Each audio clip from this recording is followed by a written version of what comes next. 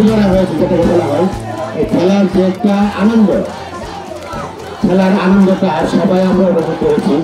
এটি প্রকৃত খেলার মধ্যে আমরা আশা করি যে হাড্ডাহাড্ডি লড়াই ছাড়া খেলা সুন্দর হয় না, মজা হয় না। যেমন যারা দর্শক আছেন, দর্শকের হার্টবিট কিন্তু আপ অ্যান্ড ডাউন করছে প্রতি মুহূর্তে মুহূর্তে। যারা খেলোয়াড় আছেন, খেলোয়াড় থেকে হার্টবিট প্রতি মুহূর্তে মুহূর্তে আপ ডাউন করছে, যে কখন কি হয়ে যায়, কে হারে কে জিতে বলা যায় না। পরিশেষে যারা খেলেছে, বিশেষ করে যারা খেলেছেন, আমার যদি আজকে এমনটা থাকতো যে দুই দলকে বিজয়ী করার মতো কোনো নিয়ম থাকতো, তাহলে আমি আজকে দুই দলকে বিজয়ী ঘোষণা করতাম।